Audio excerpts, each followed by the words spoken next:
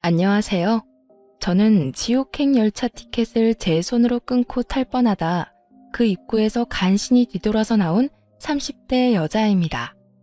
아직도 그때 그 결혼을 했더라면 어떻게 됐을까 하고 상상하곤 하는데 그때마다 치가 다 떨릴 정도로 몸서리가 다 처집니다. 몸서리가 다 처질 만큼 치가 떨렸던 저의 파혼 과정 한번 들어보실래요? 저와 남자친구는 3년을 연애한 사이였어요.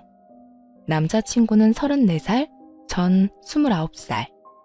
결혼을 생각해야 하는 나이였던 것도 맞지만 남자친구와 결혼 결정을 하게 된 것은 오직 나이만은 아니었죠.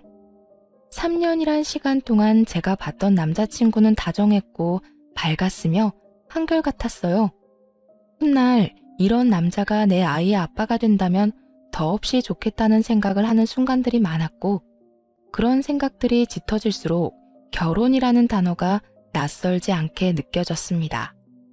그런 저의 생각들이 얼마나 잘못된 생각이고 크나큰 착각인지 알게 된 것은 그리 멀지 않은 어느 날이었죠. 저와 남자친구는 결혼 약속과 함께 식을 올릴 시기까지 생각하고 있었어요.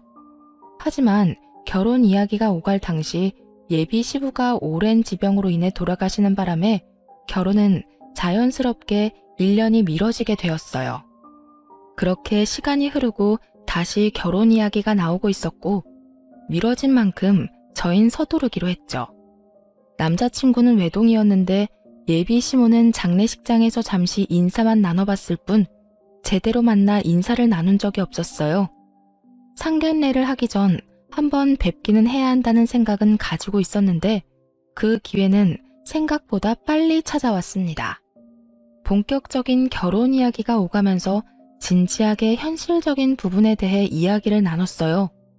그간 두루뭉술하게 이야기를 나눈 적은 있었지만 이토록 하나부터 열까지 각 잡고 이야기를 나눠본 것은 처음이라 묘한 긴장감이 다 들더군요. 그렇게 시작된 이야기는 가장 중요한 집부터 시작됐어요. 자기랑 나랑 가진 돈으로 집은 어느 정도 해결되지 않을까? 물론 대출은 조금 껴야겠지만 이 정도 대출은 둘이 갚으면 금방일 것 같은데 어때? 괜찮긴 한데 사실은 우리 엄마가 신혼집으로 미리 마련한 집이 있다고 하시더라고. 자기만 괜찮다면 거기는 어때? 아 정말? 집을 사서 오라는 것도 아니고 사두신 집이 있다는데 뭘 물어. 그냥 감사합니다 하고 들어가서 살면 되지. 그러면 내가 가정가구 마련하면 되지? 남는 돈은 어머니 드리든가 하자. 그러면 일단 집부터 좀 봐야겠네. 분위기도 좀 봐야 하고. 수리할 곳이나 인테리어 필요한 곳 있으면 미리미리 해야 하니까. 아무래도 그렇겠지. 그러면 내가 엄마한테 정확한 위치 물어볼게. 사실 나도 자세히 못 들어서 정확한 위치는 몰라서 말이야. 응. 그러면 저녁에 연락해줘. 그렇게 저흰 집은 미뤄두고 다른 이야기를 나누며 의견을 조율해갔고 생각보다 그 과정은 순조로웠어요. 결혼이 미뤄진 1년 동안 알게 모르게 나눴던 이야기들이 있어서도 그랬고 웬만한 부분은 모두 저에게 맞춰주려 남자친구가 노력한 덕분도 있었죠. 만족스러운 대화를 끝내고 집으로 돌아와 있으니 남자친구에게 연락이 왔고 돌아오는 주말에 예비 시모와 함께 집을 보러 가자더군요. 그렇게 약속된 주말이 왔고 만나기로 한 카페로 갔더니 오기로 한 남자친구는 보이지 않고 남자친구와 똑 닮은 예비 시모만 절 기다리고 있더군요. 어찌나 닮았는지 한 번도 본 적이 없던 예비 시모를 한눈에 알아봤고 예비 시모 역시 저를 사진으로 많이 봤던 터라 저를 보며 미소를 지어 보이더군요. 그렇게 저흰 헤매는 일 없이 서로를 마주하게 되었고 남자친구도 없이 예비 시모와 본격적인 인사를 나누게 되었어요. 그때 장례식장에서 보고 긴가민가 했는데 만나서 반갑네. 사진보다 실물이 훨씬 예쁘구나. 아니에요. 어머님이야말로 너무 아름다우신걸요? 어쩌면 이렇게 동안이세요? 저 깜짝 놀랐어요. 고마워. 아, 우리 아들은 회사에서 갑자기 연락이 와서 급히 나가더라고. 워낙 정신없이 나가길래 내가 너 만나면 이야기 전해줄 테니 여긴 신경 쓰지 말고 우선 급한 일이나 처리하라고 했어. 그러니 연락 안 줬다고 섭섭해하지 말고. 아, 그럼요. 그럴 수도 있죠. 이렇게 칭찬으로 말문에 포문을 연 저희는 분위기를 좋게 이어나가려고 했지만 이따금씩 찾아오는 정막은 어쩔 수 없더군요. 또다시 찾아온 정막에 마른 침만 삼킬 때쯤 예비 시모는 곧잘 마시던 커피를 내려놓더니 먼저 말을 꺼내더군요. 이야기 다 들었지? 집은 그렇게 하기로 했고 가정가구는 알아서 준비하면 될 것 같아. 그리고 번거로운 절차나 형식은 다 생략했으면 하는데 괜찮지? 아들한테 들으니 요즘엔 그렇게 하는 게 트렌드라고 해서 말이야. 조금 의아했어요. 다 생략하는 게 좋겠다고 생각은 했지만 남자친구의 말론 아무래도 자신이 외동이라 엄마가 제대로 격식 차리고 싶어 할 수도 있다는 이야기를 들었던지라 그렇게 하는 것도 나쁘진 않겠다고 생각했거든요. 그런데 그런 예비 시모의 입에서 생략하자는 말이 나오니 의아할 수밖에요.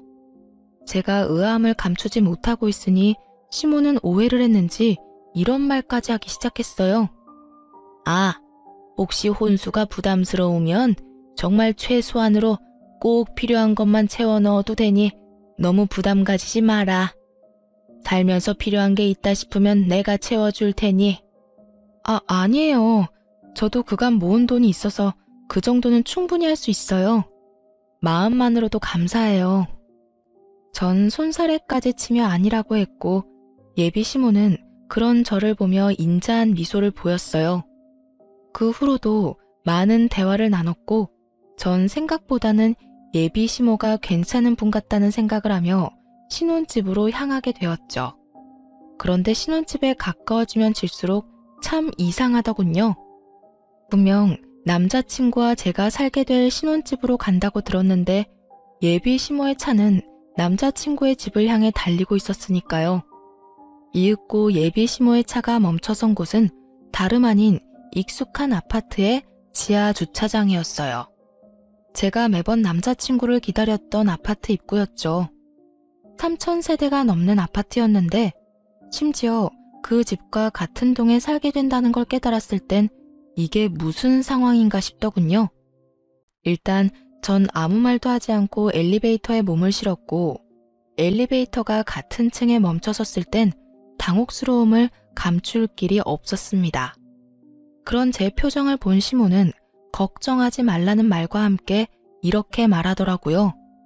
아, 무슨 생각하는 줄 알겠는데 같이 사는 건 아니니까 그런 걱정은 하지 마렴. 이렇게 말한 시모가 빙그르 웃으며 바로 옆집의 문을 여는데 솔직히 지금 뭐 하자는 건가 싶더라고요. 이건 거의 같은 집에 산다고 봐야 무방하지 않을까요? 같은 아파트, 같은 동인 것도 모자라 옆집이라는 사실을 정말 남자친구가 몰랐을까 하는 생각과 함께 이 난관을 어떻게 헤쳐나가야 하나 당황스럽기만 했죠. 사실 혼자 되신 지 1년밖에 되지 않는 예비 시모를 생각해 신혼집은 되도록이면 예비 시댁에서 가까운 곳에 마련하는 것도 괜찮겠다는 생각은 했었거든요. 하지만 그건 어디까지나 가까운 곳이지 이렇게 같이 살다시피 하는 곳은 전혀 아니었어요. 그렇게 정신을 차려보니 집 아니었고 도저히 표정 관리가 되지 않았던 저는 일단 화장실에 도망치다시피 들어와 버렸어요. 거울을 보니 제 표정이 정말 가관이더군요. 그 순간 배에서 익숙한 고통이 느껴지며 직감적으로 한 달에 한 번 걸리는 마법의 날이 시작됨을 알게 되었어요.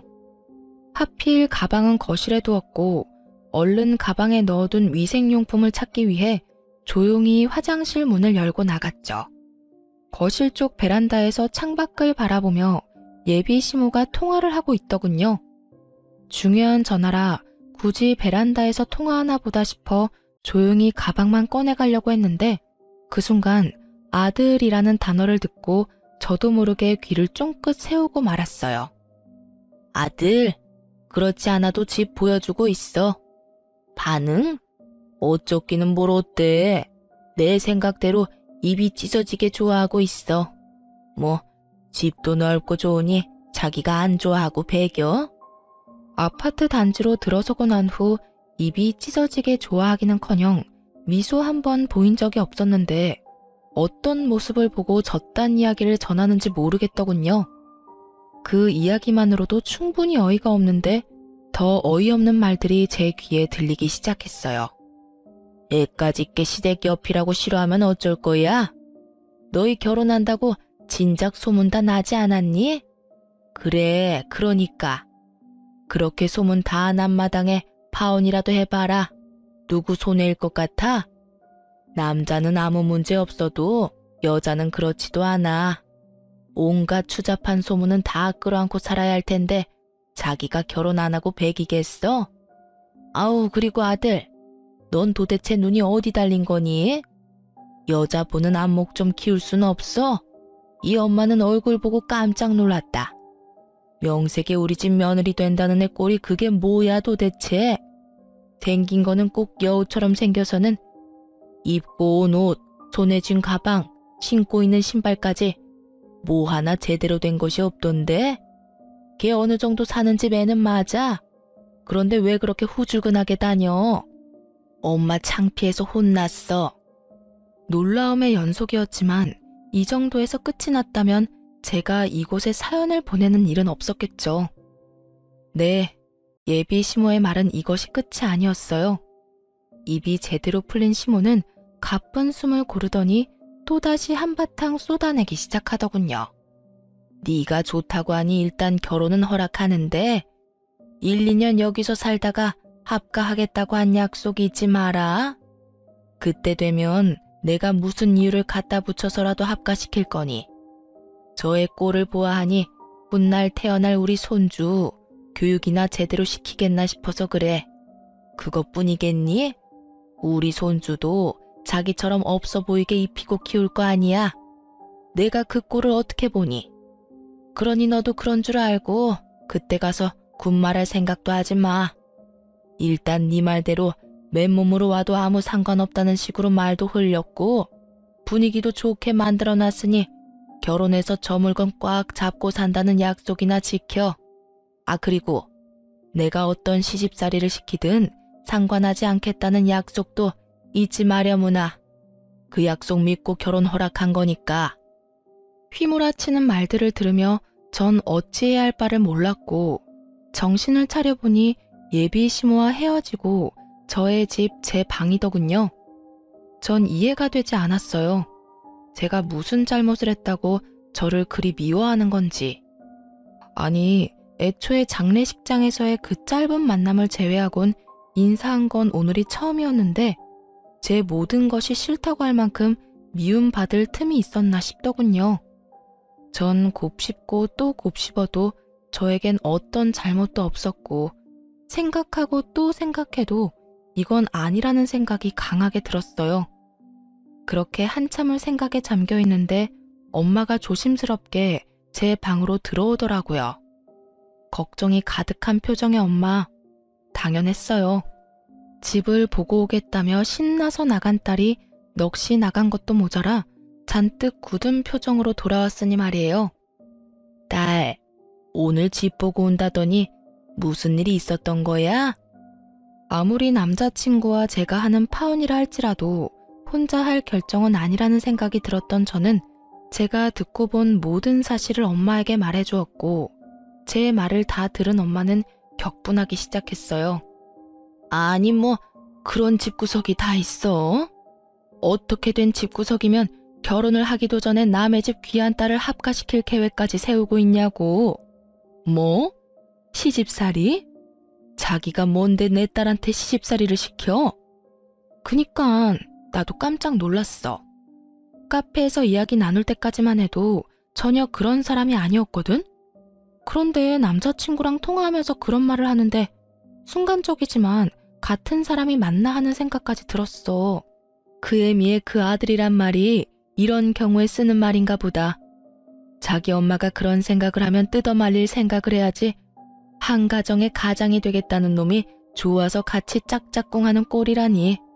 너 이 결혼 안 할 거지? 아무리 생각해도 아닌 것 같아. 그래, 이혼보단 파혼이야. 요즘 세상의 파혼은 흠도 아니야. 동거하다 찢어지는 사람들도 수두룩인 세상에 파혼이 무슨 흠이나 되겠어? 알고 있어. 그런 걱정은 하지도 않았고. 그래. 아휴, 파혼할 때 하더라도 상견례 자리는 마련해. 그 뻔뻔한 여자 얼굴은 한번 봐야겠으니. 파혼까지 하는 마당에 굳이? 왜 그런 시간 낭비를 해야 해? 시간 낭비되지 않게 알찬 시간 보내고 올 거니까 넌 잔말 말고 자리나 마련해. 그 순간 엄마의 눈은 반짝이고 있었고 전 엄마의 말대로 상견례 약속까지 잡게 되었어요. 상견례 날이 다가오고 모든 사실을 전해들은 아빠가 역정을 내며 그 집구석 박살을 내버리겠다고 한바탕 난리가 났더랬죠. 딸바보 아빠가 제 앞에서 그렇게 화낸 걸 본 적이 없었는데 엄마의 눈빛에 다시 순한 양이 되어선 엄마와 저만 상견례 자리로 향하게 되었죠. 아빠가 참석하지 않은 사실을 당일에야 알게 된 예비 시모는 눈에 보일 정도로 인상을 찌푸리고 있었지만 그 온화한 말투는 잃지 않고 있더군요. 엄마는 예비 시모의 모든 말들을 건성으로 대답한 채 주문을 했고 주문을 마친 엄마는 준비한 말들을 쏟아내기 시작했어요. 애들 신혼집 이야기는 들었습니다만 제 생각엔 34평은 좀 작은 것 같네요. 그러지 말고 이렇게 하는 건 어떨까요? 저희도 놀고 있는 집이 한 채 있는데 그 집에서 애들 시작하게 하는 걸로요. 엄마는 손을 닦고 있던 물수건을 내려놓으며 말했고 시모는 당황한 듯 눈썹을 들썩이며 답을 하더군요. 예? 34평이면 둘이 살기엔 부족함이 없을 텐데요. 아니 평수는 떠나서 위치도 좋고 집값도 꽤 나가는 곳이라 미리 받아두면 애들 앞으로 사는데도 도움이 될 겁니다. 그러니 집은 원래 계획대로 하는 게 좋을 것 같네요. 그런 거라면 걱정하지 않으셔도 되는 게 저희가 가지고 있는 집도 가격은 만만치 않아서요. 위치가 어디쯤인가요? 아시죠? 땡땡동의 땡땡땡 아파트. 거기 50평대라 살기는 더 좋을 거예요. 위치가 더 좋은 건 물론이고요. 이 정도는 돼야 애들 앞날에 도움 정도는 되지 않을까요? 누가 봐도 제 말이 맞을 텐데요. 엄마는 작정을 한 듯 눈 한 번 피하지 않고 예비 시모의 말에 대응하고 나섰고 예비 시모는 이런 상황은 전혀 예상하지 못한 듯 차가운 물만 마시고 있더군요. 어느 아파트인지 들은 남자친구가 적잖게 당황한 듯 말까지 더듬기 시작했죠. 거기 혹시 미연이가 지금 사는 곳 아니에요? 왜 아니야? 맞아. 내가 말한 노는 집이 사실은 우리 집 위층이야. 층간소음 때문에 고생 꽤 했었는데 윗집 이사 간다는 소식 듣고 그냥 사버렸거든. 와봤으니 알 테지만 전망도 좋고 교통편도 좋고 여러모로 지금 계획하고 있는 집보단 낫지 않겠어? 그래요. 엄마가 말한 빈집은 저희 집 위층으로 엄마의 말대로 꽤 긴 시간 층간소음으로 고생을 하고 있었는데 윗집이 나간다는 소식과 함께 그냥 그 집을 사버렸던 것이었습니다. 그 당시 집에 여윳돈이 있기도 했고 그땐 집값이 지금처럼 비싸진 않았던 터라 부담이 되긴 했어도 큰 고민 없이 내린 결정이었죠. 그 뒤론 세입자를 가려가며 받고 있었고요. 엄마의 말이 끝나자 남자친구는 다시 입을 다물어 버렸고 예비 시모는 목에 핏대까지 세우며 엄마에게 따지고 들더라고요. 그건 완전 처가살이와 마찬가지 아닌가요? 제 아들이 뭐가 모자라서 처가살이를 해야 하는 건가요? 왜 우리 귀한 외동아들이 처가살이를 해야 하냐고요?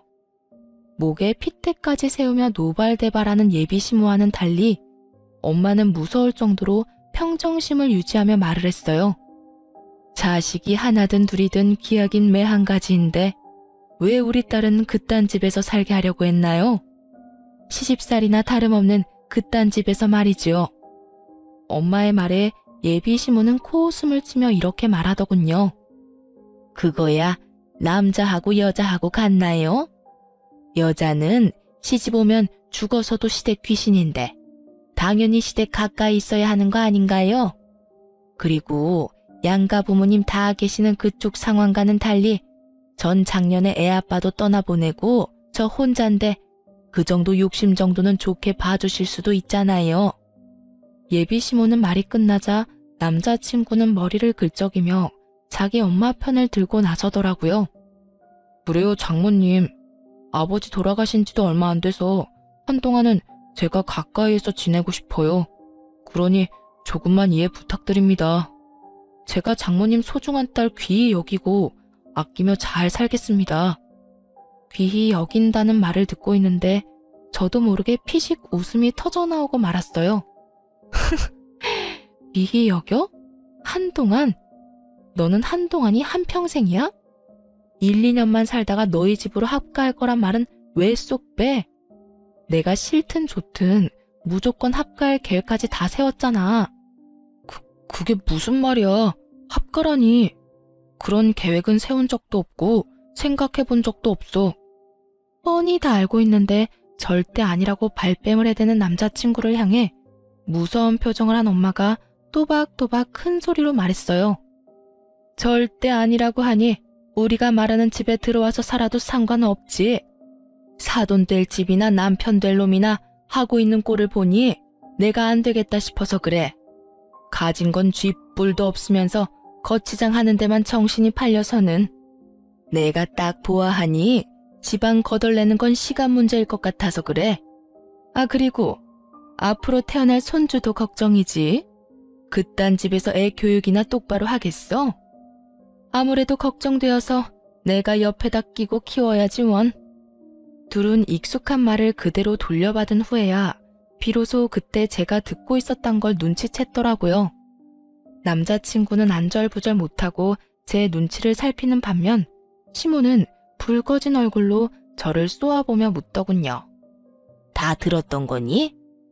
네, 공교롭게도 다 들어버렸네요. 시집살이를 호되게 시킨다는 말까지 다 들어버렸는데 어쩌죠? 전 추호도 그 호되다는 시집살이를 당해줄 생각 따위는 없어서요. 이 흉한 년, 어디서 보고 배운 것 없이 남의 통 하나 엿들어? 하여튼 이래서 가정교육이 중요하다니까. 예비 시모는 욕설까지 섞으며 저에게 화를 내기 시작했고 그런 모습을 그냥 두고 보고만 있을 저희 엄마가 아니었습니다. 생긴 대로 논다더니 천박하게 생겨서는 말하는 꼴도 생긴 그대로네. 어디선 연자를 입에 올려?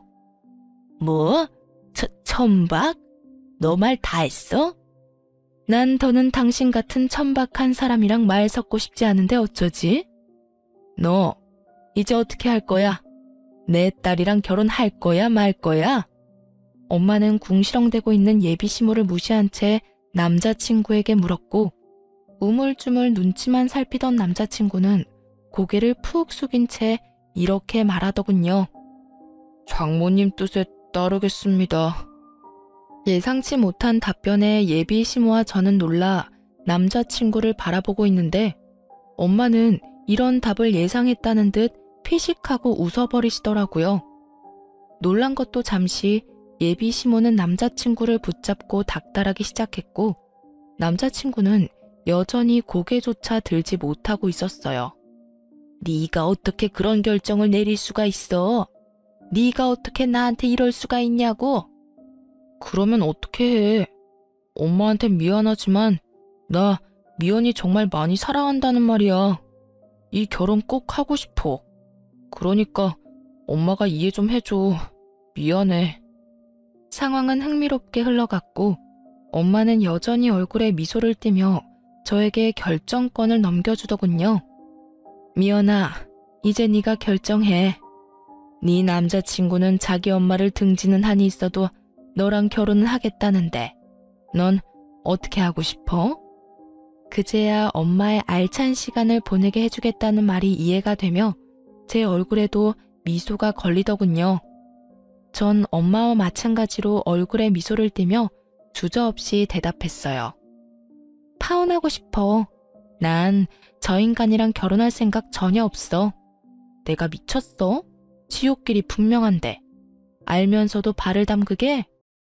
진심이었습니다. 그 당시 두 얼굴을 가진 예비 시모도 싫었지만 사실 제일 괘씸한 건 남자친구였거든요. 모든 사실을 알고도 나를 속이고 결혼하려던 남자친구는 도저히 용서도 되지 않을 뿐더러 한 번 한 거짓말이 두 번, 세 번은 못하겠냐고요. 시집살이 시키려는 시모와 온갖 거짓말로 엄마 편만 들여는 남편의 모습이 뻔히 그려지는데 제 앞날을 알고도 파혼을 선택하지 않을 이유는 없더라고요. 자기야, 파혼이라니. 우리 3년이나 만났어. 그런데 이제 와서 이런 일로 무슨 파혼이야? 내가 자기 뜻대로 다 한다니까. 그러니까 제발 마음 한 번만 돌려줘. 야, 돌리긴 뭘 돌려? 이딴 년 나도 싫다. 감히 어디서 네가 뭔데 내 아들한테 파혼을 운운해? 내가 뭐긴 뭐예요? 이 파혼의 당사자죠. 그러니까 아줌마보단 내가 파혼을 입에 올리는 게 좀 더 당연한 일이 아닐까요? 그리고 아줌마, 나도 싫어요. 나도 아줌마같이 몰상식한 사람이 내 시어머님이 되는 거 죽기보다 끔찍하다고요. 뭐? 아줌마? 끔찍해? 너 지금 말 다 했니? 다 하진 않았는데 그만하려고요. 더 해봤자 뭐하나 싶고 더 해봤자 내 입만 아픈 일 아니겠어요? 인연이? 이윽고 흥분이 최고조에 다다른 예비시모는 제 얼굴에 물을 부어버리더군요. 차가운 물이 제 얼굴을 적시고 물이 한 방울씩 뚝뚝 떨어지던 그때, 이때껏 단 한 번의 흥분도 하지 않고 평정심을 유지하던 엄마가 그 자리에서 벌떡 일어나 똑같이 물을 끼얹으며 소리를 질렀어요. 이 미친 여자가 기어코 내 딸한테? 이 여자가 어딜 감히? 너 미쳤어? 미친 건 너지. 어디 내 딸한테 물을 끼얹어 물을. 내가 생각 같아선 오물이라도 끼얹고 싶은데 화장실이 멀어서 참는 줄 알아. 엄마는 제 손을 잡은 채 그 자리를 박차고 나와버렸고 전 그렇게 파혼을 하게 되었습니다. 그 뒤로 남자친구였던 인간에게서 가끔 자니? 라는 소름 끼치는 연락이 오곤 했지만 그 연락이 2번이 넘어갈 무렵 차단을 함으로써 연락은 오지 않았죠. 그 대신 그놈이 집으로 찾아오기 시작하더라고요. 대꾸도 하지 않으면 찾아오지 않겠거니 했는데 끈질긴 전 남자친구 놈은 하루 이틀도 아닌 일주일을 찾아오더군요. 그쯤 되자 지긋지긋한 것을 넘어 미칠 지경이더라고요. 1초도 마주하고 싶지 않은 인간이 하루 중 제일 기쁜 저의 퇴근길을 망치고 있었으니까요. 일주일을 넘기던 날, 전 이대로는 안 된다는 생각이 들었고 제 팔을 붙잡고 매달리는 전 남자친구를 마지막으로 상대해 주기로 결심했죠. 할 말 있으면 빨리 해. 나 피곤하니까. 미연아, 드디어 내가 보이는 거야? 나한테 다시 기회 주는 거야? 기회를 주는 게 아니라 다신 찾아오지 말라고 마지막으로 들어주는 거야. 그러니 할 말 있으면 빨리 해. 미연아, 우리 정말 이렇게 헤어질 거야? 정말 이대로 끝낼 거야? 그러니까 제발 찾아오지 마. 부탁이야. 그 순간 갑자기 무릎까지 꿇고 애걸복걸하며 지저분하게 굴더라고요. 그래서 저는 당장 그 사람 엄마에게 전화를 걸었어요. 어머, 네가 웬일이니? 나한테 전화를 다 하고. 행여나 잘못했다고 빌 생각이면 하지 말거라. 네가 이제 와서 울고불고 빈다 해도 난 너 받아줄 생각 없다. 저도 그럴 생각은 없고요. 얼른 와서 그 잘난 아들 좀 데리고 가세요. 어딘지는 알죠? 일주일을 넘게 와서 무릎까지 꿇고 울고불고 비는데 정말 미칠 지경이라고요. 저의 말에 전화를 끊어버리고는 정말 비행기라도 타고 온 것인지 순식간에 모습을 드러내더군요. 너 당장 못 일어나? 이게 도대체 무슨 꼴이야? 네가 뭐가 부족해서 이딴 애한테 무릎까지 꿇어? 무슨 소리를 하든 전 남자친구는 미동도 없이 앉아 있었고 이윽고 아줌마의 비난은 저를 향하고 있었어요. 네 인연 때문이야. 내 아들이 이렇게 망가진 건 단 2년 때문이라고. 제가 정말 단 하나도 이해가 되지 않아서 그러는데 왜 이 모든 게 내 탓이 되는 걸까요? 내가 이 사람 불렀어요? 내가 이 사람 강제로 무릎이라도 꿇렸어요? 난요, 연락 받는 것도 싫어서 차단까지 했는데 직접 그것도 일주일씩이나 찾아와서 구질구질하게 매달린 건 이 사람이라고요. 인연이? 오늘 너 죽고 나 죽자. 내가 너 오늘 가만 안 둘 거야. 온갖 고상이란 고상은 다 떨어대던 전 예비시모는 고함을 지르며 제 머리채를 휘어잡았고 파혼도 했겠다. 더는 참고 있을 필요가 없었던 저 역시 인정사정 없이 그 머리채를 잡아버렸어요. 개판도 그런 개판이 없었죠.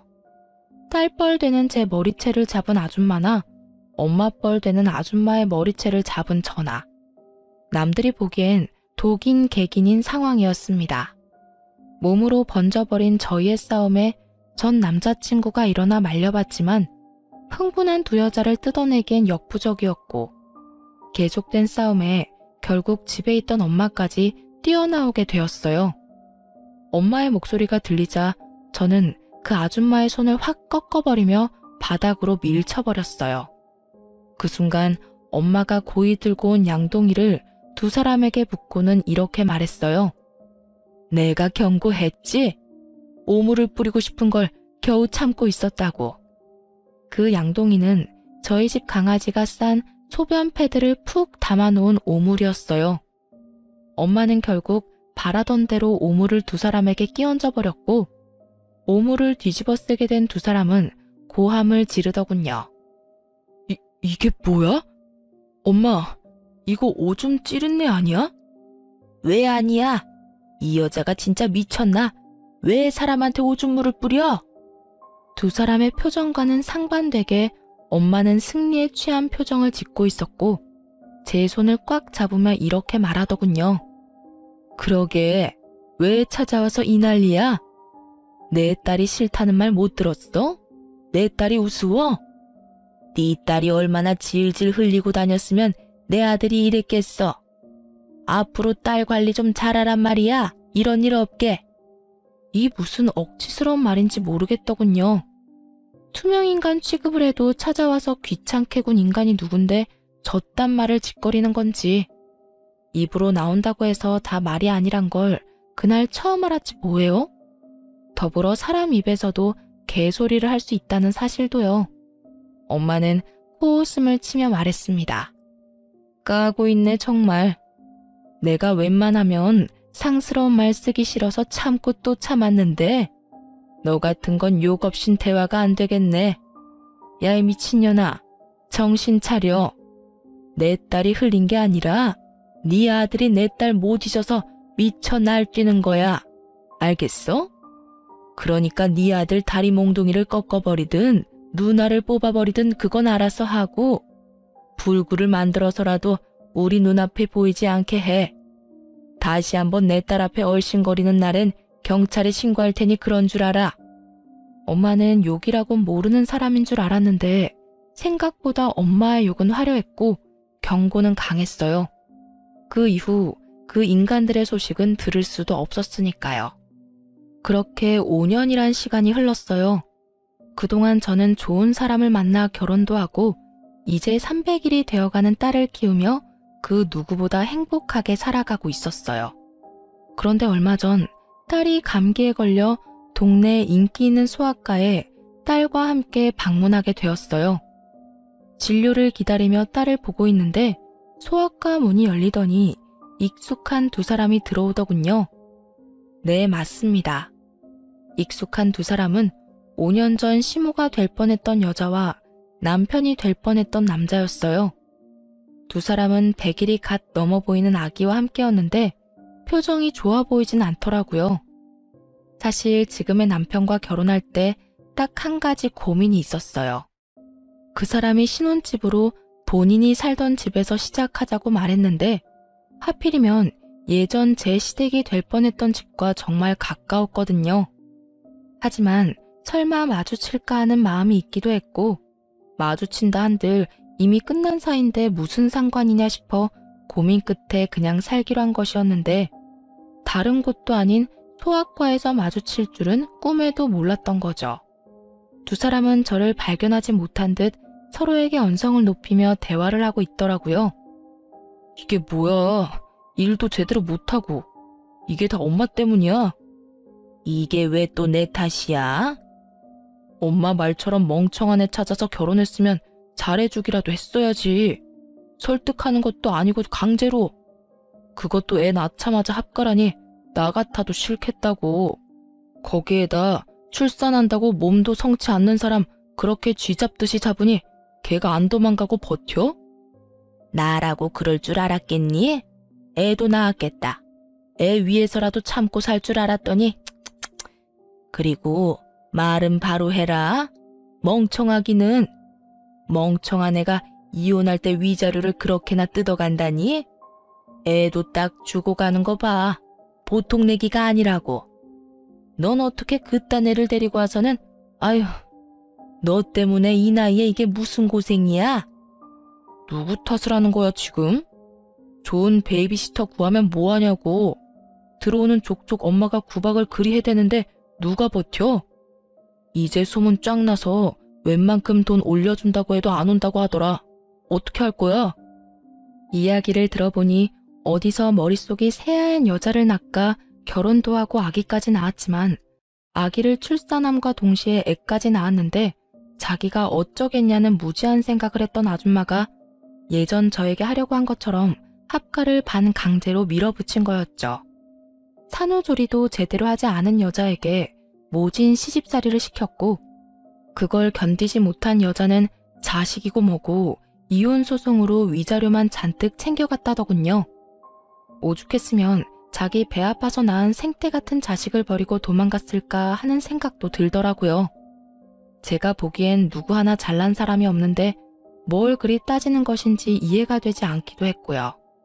병원 안에서 조용히 대화를 엿듣는 다른 엄마들도 같은 생각인지 저마다 곱지 않은 눈초리로 두 사람을 훑고 있더라고요. 그렇게 주변의 시선 따윈 신경 쓰지 않고 열심히 열을 올리며 서로의 탓으로 돌리던 순간, 전 남자친구의 눈과 딱 마주쳐버렸고 피하기엔 늦은 상황이 되어버렸습니다. 꼴에 결혼은 했나 보네. 쟤 하고 있는 꼴을 봐라. 너 그때 엄마 버리고 쟤하고 결혼해서 봐라.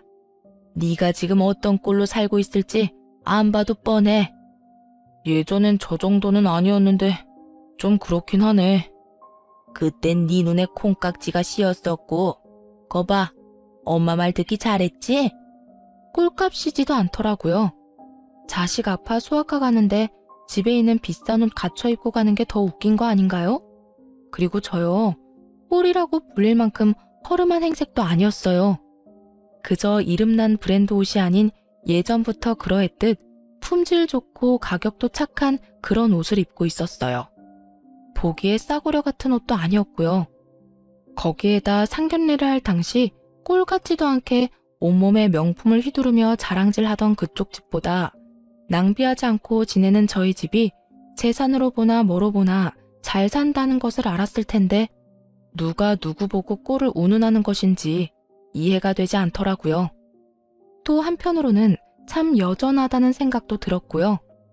아무것도 묻지도 따지지도 않고 저를 미워하던 늙은 여자나 그런 엄마도 부모라고 좋다고 쿵짝 맞춰주던 저놈이나 말이에요. 이런 저의 마음을 아는지 모르는지 한참을 제 귀에 다들리게 쑥덕대던 두 사람은 본인들의 차례가 되었는지 진료실로 들어가고, 전 예약을 하지 않고 갔던 터라 두 사람보다 더 늦게 진료를 보고 병원을 나서게 되었어요. 딸의 감기가 심하지는 않다는 말을 듣고 보다 가벼운 발걸음으로 병원 나서는데, 글쎄 그 두 인간이 병원 입구에 서성이고 있는 것이 아니겠어요? 제가 진료를 보기 한참 전에 진료를 다 보고 나가는 것을 봤는데 이때껏 그 앞을 서성이고 있다니. 정말 뭐하는 인간들인가 싶더군요. 뭐 반가운 얼굴이라고 굳이 얼굴을 내비치나 싶기도 하고요. 두 사람은 저의 예상대로 저를 기다린 것이 맞는 듯 눈을 반짝이며 오더군요. 그리곤 아직 하고 싶은 말이 남았는지 쉬지 않고 제 험담을 하기 시작했어요. 쟤 어떤 집에 시집 갔는지 뻔하다 뻔해. 보나마나 별 볼 일 없는 집에 시집 갔겠지. 제 성격도 성격이지만 그 정신 나간 여편네 고약한 성격에 어디 제정신 박힌 남자가 장가 왔겠어? 어디 멍청한 놈 하나 물어서 결혼했을 거야. 하긴 쟤 사귈 때도 성깔 보통 아니었어. 그나저나 같은 남자로서 제 남편 불쌍하네. 어쩌다 저런 애랑 결혼해서 애까지 낳았으니 이제 끝이지 뭐. 한평생 마누라 눈치도 모자라서 처가 눈치나 보고 살겠네. 넌 그런 애랑 결혼한다고 그 난리를 부린 거니? 엄마까지 버린다고 하면서? 에이 엄마, 그래서 결국 안 하고 엄마 곁으로 왔잖아. 지난 일은 묻어두자고요. 어찌되었든 내 옆에 쟤가 없다는 것만 기억하자고. 그래. 그때 파혼한 게 정말 천만다행이야. 정말 웃기지 않나요? 나이도 먹을 만큼 먹은 사람들이 그렇게나 할 짓이 없는 것인지, 이제 와서 저래봤자 뭐가 남는다고 저딴 짓거리나 하는 것인지. 하긴 저딴 인간들이니 애까지 낳은 여자가 도망까지 가지 않았겠어요? 거기에다 자신들이 한 일은 생각지도 않고 입에서 나오는 대로 짓거려대는 모습들이 점점 제 신경에 거슬리고 있던 참이었죠. 더러워서 피하려고 했던 저의 인내심이 바닥나며 한마디 해야 하나 말아야 하나 망설이던 순간 익숙한 자태를 뽐내는 외제차가 급하게 멈춰서더군요. 여보!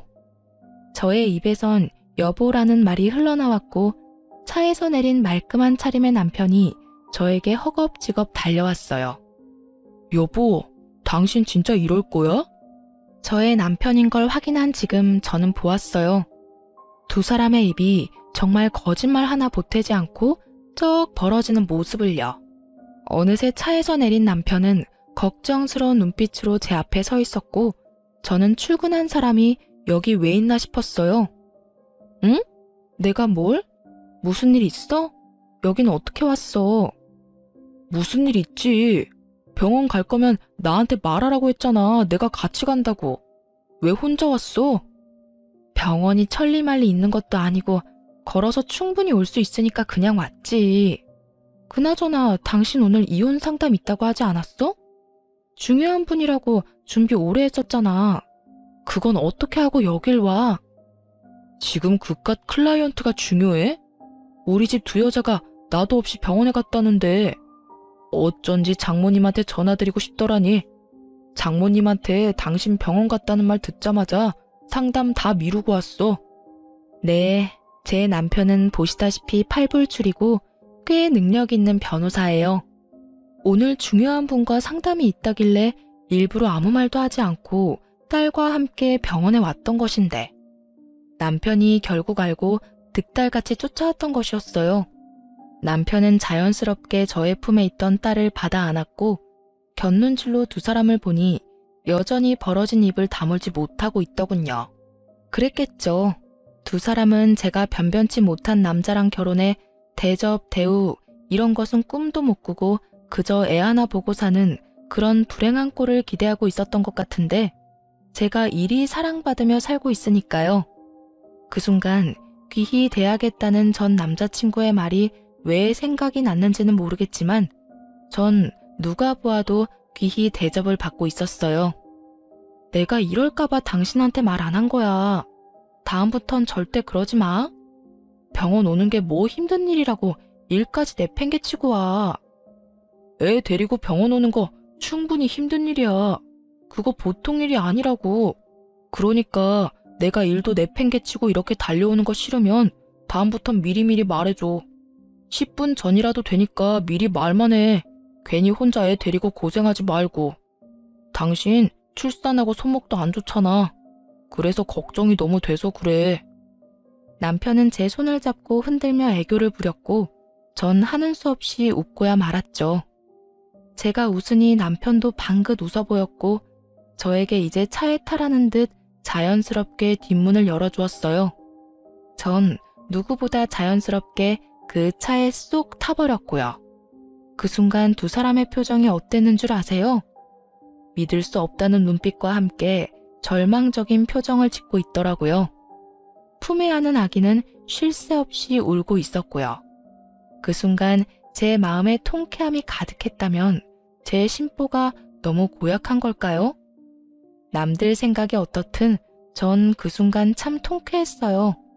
그렇게 사람 면전에 두고 온갖 무시와 핀잔을 해대더니 실상은 전 이렇게 사랑받고 있고 입이 마르도록 욕하던 그 꼴이 자신들이 처한 꼴이었으니까요. 그렇게 차에 탄 제가 통쾌함에 미소 짓고 있는데 남편이 차에 타려고 문을 열며 이렇게 외치더라고요. 안 되겠어. 우리 당장 차 한 대 더 사자. 당신 타고 다닐 차 있어야겠어. 아니면 이 차 줄까? 이 차 탈래? 이렇게 저의 팔불출 남편은 자신도 모르는 사이에 저의 복수의 마침표를 찍어주었어요. 전 이런 팔불출 남편과 아주 행복하게 잘 살고 있습니다. 남편은 앞서 말했듯이 저에게 다정하고 혹여나 제 손에 가시라도 박히는 날엔 저보다 더 아파해주는 그런 남자예요. 이런 남편이 무엇보다 좋았던 것이 있었는데요. 그건 바로 부모님을 존경한다는 것이었어요. 남편의 존경을 한 몸에 받을 만큼 시부모님은 존경받아 마땅한 좋은 분들이셨고 그런 좋으신 분들을 존경하고 섬기는 남편이 참 멋져 보이더라고요. 그래서 저도 제 시부모님들을 존경하고 잘 섬기며 살아가고 있어요. 남편은 시부모님을 존경하는 만큼 저희 부모님께도 바쁜 시간을 쪼개고 쪼개 잘하려고 노력해 주더라고요. 가끔 저러다 잘못되겠다는 생각이 들 정도로 하루 24시간을 참 바쁘게 사는 사람인데 그런 사람이 저희 부모님까지 잘 챙겨주니 진심으로 고맙다는 마음이 들더군요. 저야말로 정말 똥차 가고 나면 벤츠 온다는 바람직한 예가 아닐까 싶네요. 근래엔 1년에 한 번씩은 시부모님과 친정 부모님을 모시고 여행을 다니곤 하는데 이 행복이 영원했으면 좋겠다라는 생각이 들 정도로 행복해요. 혹시나 저처럼 결혼을 앞두고 이건 아니라는 생각으로 결혼을 망설이고 계신 분들께 말씀드리고 싶어요. 모든 사람이 나와 퍼즐 맞추듯 맞춰질 순 없더라도 최소한 나와 맞춰지려고 노력은 해야 답이 있지 않겠어요? 전 도저히 맞춰지지 않는 사람이 시어머니가 될 뻔했던 사람이고 그렇기에 파혼을 하고 지금껏 이 선택을 후회하지 않습니다. 해볼 때까지 해봐야 후회가 없다는 말도 있던데 그 말도 틀린 말도 아니죠. 하지만 저처럼 굳이 구렁텅이란 걸 뻔히 알면서 내 발 더럽혀가면서까지 그 구렁텅이에 발을 담가볼 필요가 있을까요? 선택은 그 갈림길에 서 있는 분들의 몫이겠지만 저로서는 고개가 내저어지네요. 하여튼 모든 분들이 현명한 선택을 하시길 바라며 저의 긴 사연 들어주신 모든 분 감사합니다. 좋은 하루 되세요.